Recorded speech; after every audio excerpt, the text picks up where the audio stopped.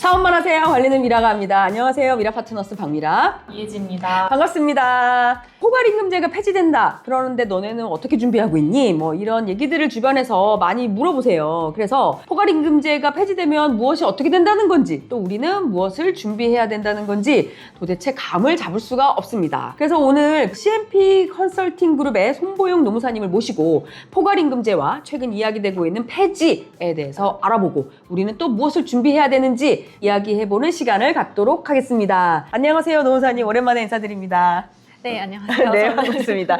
소개를 잠깐 해주시면 좋을 것 같네요. 안녕하세요. 저는 CNP 컨설팅 그룹의 넥스트 보상연구본부 소속 손보영입니다. 넥스트 보상연구요? 네. 무엇을 하는 곳인가요? 저희는 이제 전통적인 보상제도의 이제 미래를 연구하는, 넥스트를 연구하는 본부이고 대부분 노무사로 이루어져서 법률에 기반을 둔 보상제도 컨설팅을 하고 있습니다. 미래라 그러면 지금보다 더 나은 보상제도를 연구하면서 또 맞습니다. 컨설팅도 해드리고 뭐 이렇게 하는 거군요. 네, 맞습니다. 아, 네, 잘 알겠습니다. 일단 우리가 포괄임금제 얘기를 좀 해봐야 되는데 포괄임금제부터 좀 정리하고 넘어가는 게 좋겠습니다. 연봉에 야근, 수당 뭐 이런 거 다 합쳐서 하는 게 포괄임금제를 말하는 거 아닌가요? 네, 맞습니다. 그래서 원칙적으로는 근로기준법은 일한 만큼, 그러니까 연장, 야간, 휴일 근로를 실제 시간대로 계산을 해서 따로 주게 되어 있습니다. 네. 그런데 이제 포괄임금제는 그 수당을 미리 한 덩어리로 묶어서 월급에 포함시켜 버리는 방식입니다. 그래서 월 300만 원에 연장, 야간, 뭐 휴일 근로 수당이 다 들어있다라는 계약인 만약에 거죠. 300만 원을 한다면 이런 네네. 얘기잖아요. 네. 근데 저희도 그렇게 하고 있어요. 스타트업들도 그렇게 하고 있는 거 아닌가요? 네, 주 12시간씩 임금에 포함해서 반영하고 있습니다.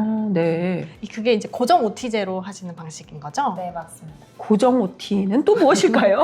네, 네. 고정 OT는 네. 말 그대로 고정적으로 오버타임을 잡아놓는 아, 것입니다. 그래서 특정이 된다는 것에 차이가 있죠. 포괄이 되는데 다만 특정이 되어 있다. 몇 그래서 시간 뭐 이렇게. 네, 그래서 앞에서 아까 예시로 든 거는 얼마나 일을 하든 300만 원에 다 포괄되어 있다라고 하는 거고 네. 고정 OT 제도는 이제 고정적인 연장 근로 시간이 포괄되어 있다라는 것을 말합니다. 300만 원에 예를 들면은 야근이 몇 시간, 네. 또 휴일 근로가 뭐 몇 시간, 뭐 이런 식으로 딱 정해놓고 네, 그거를 고정적으로. 고정적으로 정해놓고 거기를 포괄한다, 뭐 이런 이야기로 네, 네. 보면 되겠군요. 고정 OT 제도라는 게 우리 회사는 통상적으로 이만큼 야근을 하니 이 야근하는 시간에 대한 수당을 포함시켜 놓는 거잖아요. 네. 그러면 이만큼 우리는 야근해라는 시간에 대한 근거를 가지고 있어야 하나요? 네, 맞습니다. 원칙적으로는 야근은 실제로 고정적으로 하시는 것이기 때문에 그것을 합의해서 미리 수당을 정해놓자는 취지로 고정 OT제가 활용이 되고 있습니다. 그래요. 아니 근데 이 포괄임금제가 법에 없는 제도라는 얘기를 하시던데. 네, 정확하게 알고 계신데요. 포괄임금제는 사실 법에 나와 있는 제도는 아닙니다. 이제 근로기준법에 포괄임금제라는 조항은 없어요. 대법원 판례로 이제 법리적으로 아주 제한적으로만 인정해온 임금 계약 방식입니다. 그래서 원래 취지는 이제 경비원분들처럼 근로시간을 딱 잘라 재기 어려운 직종들을 위한 예외였습니다. 예를 들어서 경비원분들은 휴게 시간 중에도 여러 가지 민원인들을 응대해야 되는 그런 그쵸. 상황이 생기기 때문에 네. 그런 시간을 하나하나 측정하기가 현실적으로 어려웠던 거죠. 그러니까 휴게 시간의 일부를 근로 시간으로 간주하고 임금을 지급하겠다라는 그런 개념으로 포괄을 했던 겁니다. 근데 사실 대부분 포괄임금제를 쓰고 있잖아요. 네, 맞습니다. 이제 원래는 시간 측정이 어려운 예외 직종용으로 사용이 됐던 건데 실제 현장에서는 출퇴근 기록이 명확한 사무직 그리고 개발자들에게도 광범위하게 써왔습니다. 이제 편하기도 하고 네. 그리고 잘 몰라서도 해왔던 것이죠. 저도 그래요. 잘 몰랐어요. 네, 그래서 이제 문제는 이제 정해진 수당보다 훨씬 더 많이 일을 시켜도 추가 정산을 안 하는 경우가 이제 크게 문제라고 보시면 되고요. 저인가요? 월 20시간씩 고정 OT를 받기로 했는데 이제 실제로는 40시간을 일했다. 그런데 차익은 한 푼도 못 받는다. 이게 네. 이른바 20시간만큼의 공짜 야근이 되는 거고 임금을 사실상 이제 사업주가 가로채는 수단으로 변질됐다는 비판을 받아온 그러니까 것입니다. 악용하는 것 사실 다 포함돼 있으니까 너네 네. 다 포함돼 있잖아. 그러니까 야근해. 이런 식으로 급여를 적게 주려고 하는 그런 것들이 자꾸 악용되다 보니까 그러면 이거를 없애야 된다. 이제 이런 얘기가 나오는 건 거죠? 네, 맞습니다. 그러니까 네. 원칙적으로는 근로 시간만큼 그 시간을 기록하고 산정해서 임금을 지급을 해야 되는 건데 이제 사전에 근로계약서에 미리 이제 연장 야간 근로 시간에 대한 수당이 포함되어 있다라는 이유로 이제 네. 실 근로 시간 자체를 관리하지 않는다라는 점도 크게 문제입니다. 계약에 다 포괄이 되어 있으니까 실 근로 시간만큼 임금이 지급되지 않는다는 점을 이제 정부 당국에서도 크게 문제로 인식하고 있는 것 같습니다. 아니 그러면 폐지를 하겠다 이런 얘기는 급여를 딱 정해놓고 그리고 추가적으로 야근하거나 휴일 근로를 하면 그냥 그거에 따른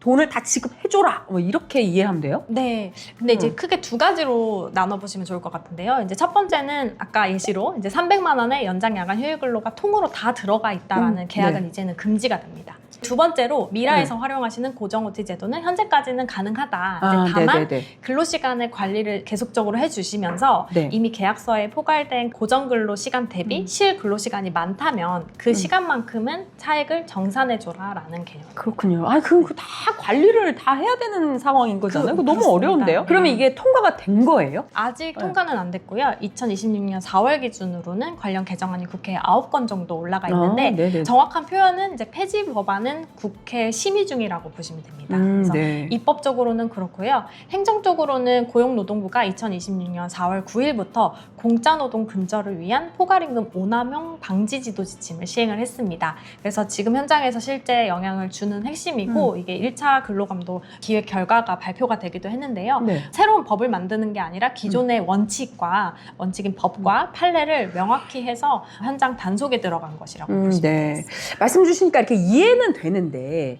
그럼 구체적으로 뭐가 어떻게 달라지는지 좀 감이 오진 않는 것 같아요. 네, 그래서 크게 이제 세 가지만 기억을 해주시면 되는데요. 네. 첫 번째는 기본급과 수당을 구분을 안 하는 정액급제, 그다음에 연장 야간 휴일 근로수당을 나누지 않는 통으로 주는 정액수당제로 임금을 주면 안 됩니다. 그래요. 네, 그리고 두 번째로는 임금 대장과 임금 명세서에 기본급과 각종 수당이 어떻게 산정됐는지 항목별로 쪼개서 적어주셔야 됩니다. 네네네. 네, 세 번째로는 모든 직원들의 실제 근로시간을 정확하게 관리를 해주셔야 네. 됩니다. 우리는 다 하고 있는 것 같은데요? 잘 하고 있는 것 같습니다. 보정 네. OT를 약정을 했더라도 네. 실제 근로시간으로 계산한 법정 수당이 그 네. 약정 금액보다 많으면 이제 차액을 반드시 지급을 해야 되기 때문에 그 관리를 해주셔야 된다는 그거는 아닌 것 같아요. 네, 매달 관리를 해주셔야 된다는 네. 것이 있습니다. 어떻게 고발하실 건가요? 네, 그렇군요. 네, 그래서 그게 차익 계산이 네. 안 되면 이제 임금 체불로 엄중하게 처리가 되고요. 사실 대표님들은 이제 포괄을 하다 못해 퇴직금이나 네. 연차 미사용 수당까지도 포괄을 하는 경우도 우리는 있습니다. 그렇게 해야지는 않아요. 근데 그렇게까지 하시는 네. 분들이 계신다는 거죠? 네. 그러니까 이게 약간 포괄임금제를 도입을 하니 자꾸 이렇게 악용되는 경우가 있을 수 있다. 네. 이런 의미가 아닌가 생각이 드는데 실제로 이게 직원들한테 또 이게 회사 입장에서 각각 어떤 영향이 있는지가 좀 궁금하긴 합니다. 네, 네. 그 직원 입장부터 보면요. 네. 일단은 긍정적인 면이 좀 크다고 볼 수 있습니다. 이제 일한 만큼 수당을 별도로 받기 때문에 공짜 야근이 줄어들고 임금 명세서가 항목별로 쪼개지다 보니 내 월급이 어떻게 이제 구성됐고 하는지 투명하게 보이게 됩니다. 네. 그리고 실 근로시간 자체가 사업주를 통해서 기록이 되고 있다 보니까 뭔가 분쟁이 생겨도 이제 입증하기도 쉬워지는 측면이 있습니다. 사실 스타트업들은 일을 워낙 많이 하지 않습니까? 저희도 마찬가지인 것 같아요. 그러면은 이게 폐지되면 사실 직원들만 너무 좋은 거 아닌가요? 꼭 그렇지만은 않은 게 네. 이제 그동안 고정 OT 수당을 매달 정액으로 받아오시던 직원분들은 실 근로시간 기준으로 바뀌면 야근이 적은 달에는 오히려 받던 금액이 이제 삭감되는 경우도 있을 수 있습니다. 또 근태 관리가 깐깐해지면 기존에는 좀 스타트업 분위기에 유연하게 일하시는 분들이 좀 경직되고 위축된다라는 자율성이 좀 침해된다라는 느낌을 받으실 수도 그럴 수 있습니다. 있겠네요. 일을 많이 하는 회사 같은 경우는 회사 입장에서 조금 불리한 부분이 있는 것 같고 돈을 네. 많이 줘야 되니까. 네. 네. 그리고 시간도 관리해야 되고. 관리해야 되고. 그런데 사실상 포괄임금제를 하고는 있지만 직원들이 야근을 거의 안 하는 경우는 사실은 이거를 깎아야 되는 상황이 생길 수도 있으니 직원들 입장에서 또 불리하게 적용되기도 하겠네요. 네, 그렇죠. 이제는 그렇군요. 다 정확하게 다 계산을 하자라는 네, 가는 네. 경우에는 삭감도 가능할 수 있습니다. 네. 지금 이 영상을 보시는 많은 스타트업들은 우리는 그러면 더 부담이 되겠다. 이런 생각이 들지 않을까. 그래서 지금 근로시간 관리 없이 계약에 포괄된 시간보다 많이 일을 하는 회사는 이제 네. 곧바로 직접적으로 인건비가 네. 올라갈 수 있습니다. 네. 그 외에도 이제 근로시간 기록 시스템도 갖춰야 되고 근로계약서라든지 임금 체계도 좀 손봐야 되는 측면이 있는데요. 무엇보다 지금 현 시점에서도 차액을 주지 않으면은 임금 체불로 이제 형사처벌까지 갈 수 있는 리스크가 생깁니다. 갑자기 큰일 났다 이런 생각이 좀 들긴 하는데 그럼 회사만 손해 아닌가 이런 생각이 드는데요. 그렇게 생각하실 수 있는데 이제 네. 길게 보면은 회사에게도 좀 분명히 이득이 있다고 생각을 합니다. 네. 임금이 이제 투명해지면 직원 신뢰와 핵심 인재 유지에 도움이 되고요. 그럴 수 있죠. 네, 그리고 불필요한 야근을 하는 경우도 있는데 이제 불필요한 야근을 줄이면 이제 생산성도 조금 좋아질 수도 있고요. 그래서 체불 진정 같은 분쟁 리스크를 미리 차단하는 예방하는 효과도 있습니다. 그리고 그럴 수 있겠네요. 네, 공정한 보상, 요즘에 공정성이 굉장히 화두잖아요. 네. 그래서 공정한 보상은 요즘 채용 경쟁력과도 직결이 된다고 보실 수 있겠습니다. 네. 그러면 이제 알겠어요. 어떻게 해야 되는지 직원 입장, 회사 입장 이런 거는 알겠는데 그럼 이게 설계를 어떻게 해야 되는지 당장 우리는 뭐부터 시작해야 되는지 이런 것들이 좀 고민되는데요. 그래서 일단 3가지만 챙기시면 좋을 것 같습니다. 일단 근로계약서랑 임금 네. 명세서부터 점검을 해주시면 되는데요. 기본급과 수당이 항목별로 나뉘어져 있는지 아니면 뭐가 다 포함되어 있지 이렇게 한 줄로 끝나지는 않은지를 점검을 해주셔야 합니다. 네. 그래서 두 번째로는 근로시간 기록 체계를 갖추시면 좋은데요. 출퇴근이나 연장 근로 기록이 객관적으로 남아야 이제 분쟁에서 저희가 이제 방어를 할 수가 있습니다. 그리고 세 번째로는 정말 시간 책정이 어려운 직무라고 하시면은 포괄임금을 고집하시기보다는 간주근로 시간제나 재량근로 시간제와 같은 합법적인 대안을 검토하시는 게 좋겠습니다. 알겠습니다.